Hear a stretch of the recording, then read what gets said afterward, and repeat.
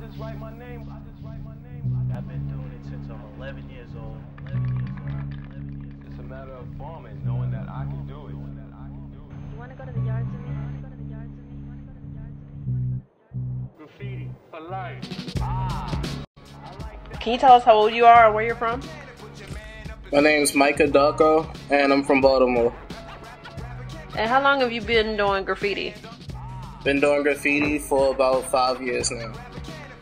Have you traveled to other areas to see graffiti? And if so, do you think it's different? Does it look different depending on the region? A lot of people wouldn't consider it the heart of it, but I would, and I've been in New York, so I look at New York like it's the heart of graffiti, like the birthplace for it.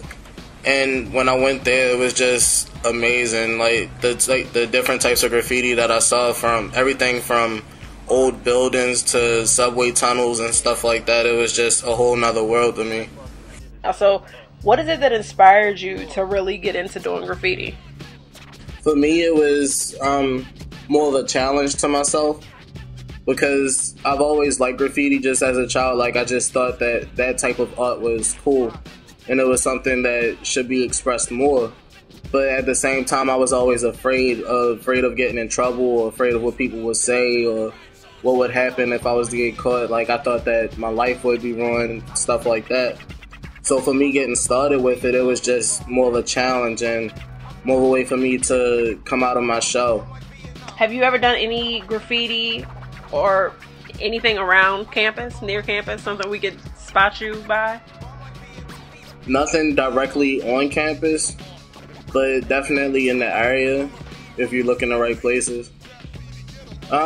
Couple alleyways near campus. Like, a lot of it either get covered up or just like fades over time or something like that, or another artist will come by and think they can do it better or something like that. So it's actually a couple artists that I go back and forth with. Still trying to figure out who they are, but we seem to go back and forth over the same spot. Has there been a time that you've ever almost been caught? Yeah, my first time tagging. It was one of those moments where I was like, it's either now or never. If I don't do it now, then I'm just not going to do it for the rest of my life. And like, with me, graffiti is a reflection of who I am. I'm more shy as a person, but that carried over into my graffiti. So I figured if I'm not willing to be bold enough with my graffiti, then in my life itself is never going to be bold. So it was this one point where I was like, if I don't do it now, then I'm not going to do anything. And I was on the bus and I just started tagging everything in sight. Only thing is, it was the last stop and then the bus driver put on, so I had to hurry up and get away. Do you have any words of inspiration or knowledge for budding graffiti artists that might be looking to get into it?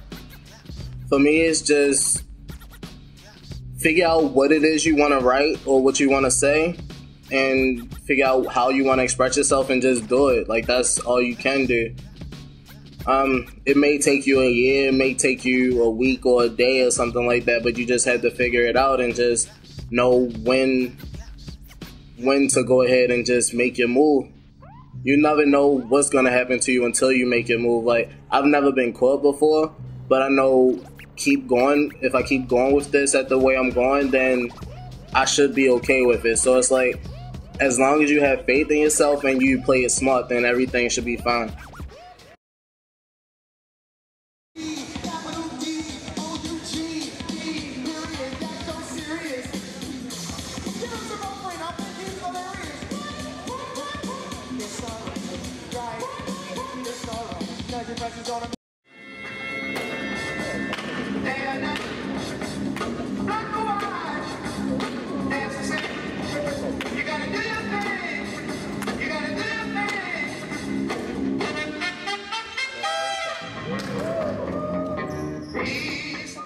I mean, what got you into breakdancing? Where did you see it? What took you to this level?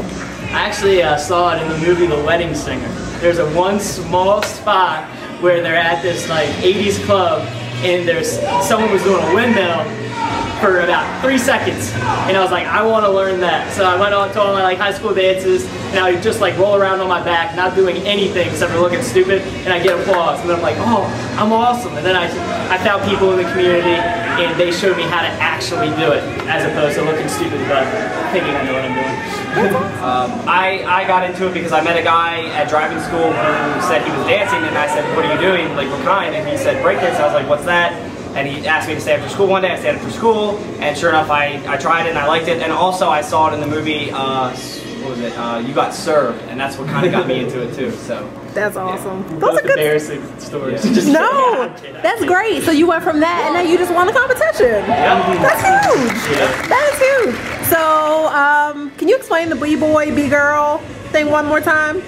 Okay, so back in the day, I think it was in the 80s, B-boys and B-girls used to go to clubs and they would dance to songs, but they would wait specifically for the break in the music, which is the part where it's just the beats, no vocals typically, and that's how they got dubbed break boys or break girls, because they were dancing on the break of the song. Eventually the media got a hold of them and thought they were the craziest things ever and wanted to make them popular, and they decided, well, B-boying or break-boying or whatever sounds too, I don't know exactly what they thought, but they decided we want to make it just simple and more appealing, so they called it break dancing, because they combined it basically, and that's how it got its name. So And then something to build on that, when they commercialized it and they started calling it breakdancing, it became less tied to the culture. Everyone from urban areas to rural areas were trying it, and then it really died out because everyone was doing it. And then it went underground pretty much throughout the 90s, early 2000s, and now it's coming more back to the mainstream. And to add to that, breaking used to be definitely more tied to hip hop than it is nowadays. Nowadays, breaking even has its own music called break beats that literally is just beats. Really no ties to hip hop. It might have taken the beats from some hip hop songs, but right now breaking is literally almost in its own category. It's not that it doesn't have a connection with hip hop anymore. It's definitely starting to branch off into its own category. It's one of the 4 elements of Yes. hip hop. You got graffiti and singing, DJing, b-boying, and a lot of the break DJs, they're playing music from the 70s when it was first coming up in the culture. They're tying it back to the culture. So it's one of the main core elements of hip hop. Yeah. But as the word hip hop has become more commercialized, that's where there's kind of a small disconnect. So, can you tell me your name and where you're from? Josh, and call me DJ J Fresh. I was given by my roommate in college. Explain kind of the process. What would you do when you're going to mix like one track with another? Because we noticed that you choose a song and then you do a whole bunch of stuff with these little knobs, and then you start like doing the little thing with the green joint. So what are the things that you're doing? What's the process as you do each thing? It's mainly just beat matching. Meaning? Line the drums up right, and so it's just a smooth transition, so it sounds like it's just one song smooth. That's another thing, to go back to your old question, that makes a great DJ who just makes smooth transitions. Gotcha. Okay, got you. Well then, so in your headphones, what are you hearing? What's the difference between your headphones and? I listen to the next song before you listen to it, so make sure it just goes through smooth. A lot of times, I mean, some of these mixes I've done so many times I don't need my headphones, but most of the time when you see a DJ with headphones, I just listen to the next song. How do you get all this music? Like, what are you doing to, like, how do you remember to get everything? You mean just remember to download a song, or? I mean, there are 7 billion songs in the world. Like, as a DJ, it takes years. Like, as much as I think I have everything, I don't. If I have a lot, I think I got hip hop on lock. Like, if we got like a 90s hip hop party, I know if I get around some like true hip hop heads, it's gonna be a song like I don't have. And I beat myself over it, I probably shouldn't, but it's tough. I mean, I got 7 years on my library, and it seems to always be a song or two or like I don't have. Like, I rarely get that, but it's tough. It takes a lot. That's why I said music knowledge is a big thing. You gotta know a lot of stuff.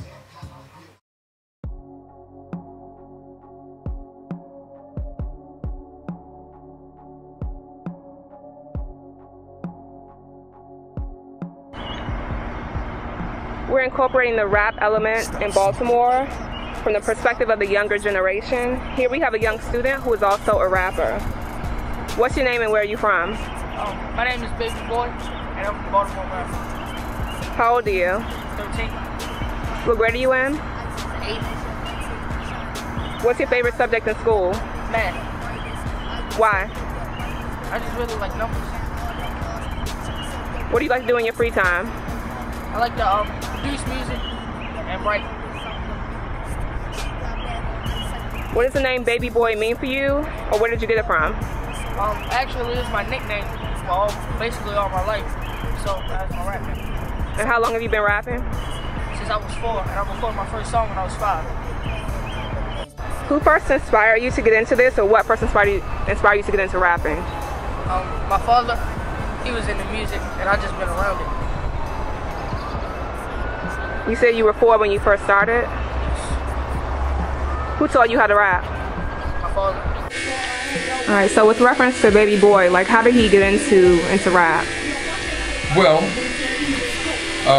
Baby Boy got into rap because I had him in the studio. He was in the studio before he was even born. He was in his mother's stomach. He was in the studio. And when he was born, that was my little man. So I used to have him with me. So he been in the studio around the equipment, hearing the beats, seeing what I was doing, the writing and the process. So I think that's how he got into it. I didn't know he was into it until I came home from work one day and I witnessed him without him knowing that I was there, just doing his thing on the music. I come home and he was listening to some instrumentals and he was rapping. He wasn't making any sense, but he was on beat. So I knew he had it. From that point I started writing for him. Wrote for him. He recorded his first song when he was 5. He's done numerous shows around Baltimore, including the African Heritage Festival at Camden Yards a couple of years. Numerous shows at rec centers and malls and other stadiums. And after, I want to say like 7 or 8, I haven't written for him since he was like 8 years old. He just took it and ran with it. So now he's writing all his own material. He's actually doing production work now. He's working on engineering now because he's recording himself, and he's learning those aspects of the game as well.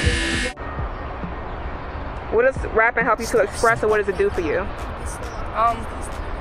Basically, it's an outlet, and I don't really get mad or angry at anybody. I just rap.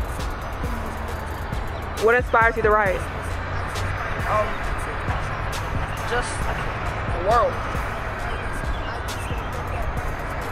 What are some of the things that you mainly write about? My life, school, home, what I do. What do you love most about hip-hop or rapping? Honestly, right now, nothing. Just the beats, really. I don't really think anybody's saying anything. What is sometimes difficult about it? Finding things to rhyme with some other words.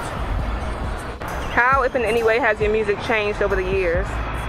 Whether your flow, your lyrics, delivery, your approach, how you think about things?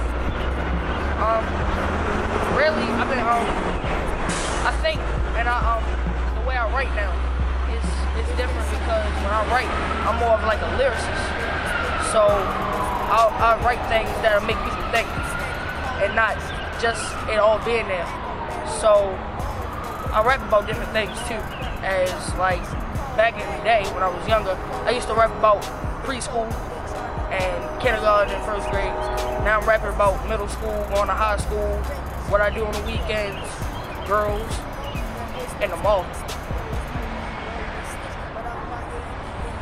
How, if in any way, has your music changed over the years since you started? Whether your flow, your lyrics, delivery, your approach, how you think about things? Everything has changed because the way I write now is different. I make people think when I write and not just being there for you to hear. Like back in the day, I used to rap about preschool and first grade, second grade and all that. Now I'm rapping about almost going to high school and the 8th grade and the mall and girls.